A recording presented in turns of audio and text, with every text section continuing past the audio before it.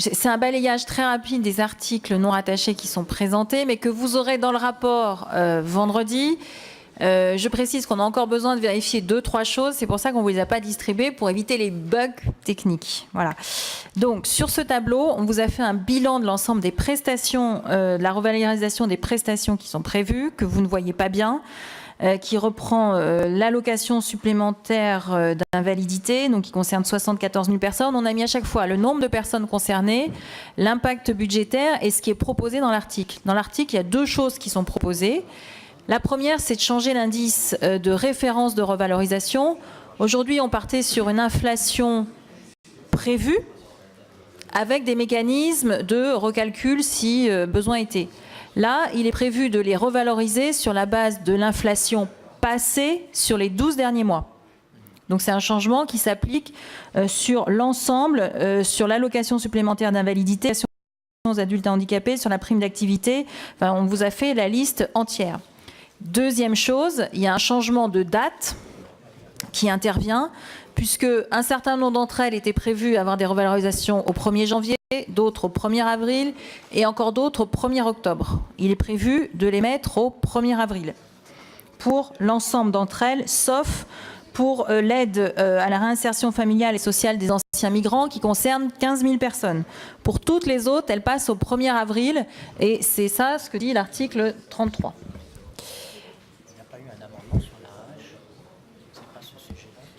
Non, parce qu'en fait, c'est réglementaire, ce truc. C'est la conséquence. Alors, sur... Oui. Oui, non, c'était juste un point d'ordre. C'était juste pour vous dire qu'on avait un peu le sentiment, quelques collègues et moi-même, de passer un examen chez l'ophtalmo et donc et on n'arrive pas à... C'est la...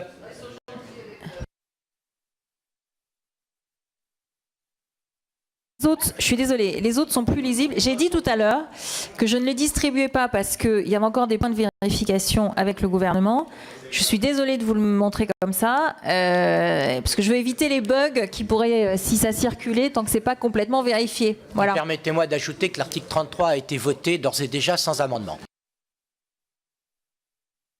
Il y a le tableau global.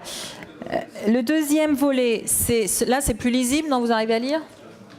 Non, pas trop, non. Bon, bah, il faut le mettre en plus gros. C'est de ma faute. C'est juste pour préciser, en résumé, ce qui est dans l'article 4 sur le crédit d'impôt. Vous saviez qu'aujourd'hui, parce qu'il y a beaucoup d'amendements qui ont été déposés sur cet article.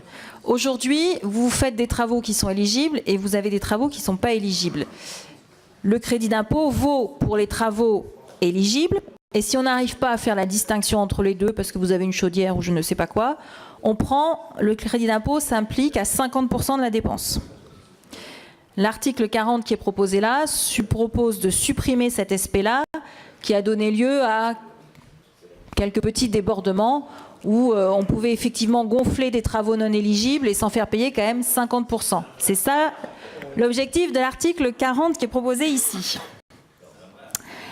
Troisième article, l'article 41, donc là ça se voit pour Monsieur Faure.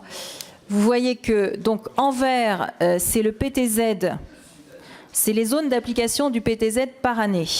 Donc en vert foncé, ça s'applique à 100% sous conditions de ressources pour tous les logements neufs. Et le deuxième tableau, c'est pour l'ancien, où vous voyez que selon les zonages A, B1, B2 ou C, il y a une extension du PTZ sur l'ancien. C'est en vert clair parce que ça ne concerne pas toutes les communes. Et qu'à partir de 2016 et 2017, ça concerne l'ensemble des communes de la zone C. Mais vous voyez que pour 2017, ça ne concernera plus les communes de la zone A, B1, B2 et B2. Voilà, c'est la progression qu'on voit là-dessus. Comment ? Ça change sans arrêt. Ça montre effectivement sur l'ancien une certaine instabilité que vous voyez de manière graphique. Mais c'était déjà le cas sous la précédente législature.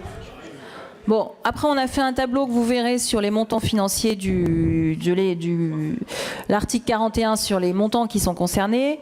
Sur l'éco-PTZ, l'éco-PTZ, je rappelle, donc c'est les changements qui sont proposés dans l'article 42, qui proposent 2 choses, qui proposent de proroger l'éco-PTZ et de rajouter, donc l'éco-PTZ est sans condition de ressources, je me permets de le rappeler, et ce qui est rajouté dans cet article, c'est de pouvoir bénéficier de l'éco-PTZ en plus de prestations qui sont éligibles aux aides de l'ANA, mais qui, elles, sont sous condition de ressources. C'est-à-dire que vous pouvez avoir les deux qui s'appliquent. C'est l'objet de l'article 42.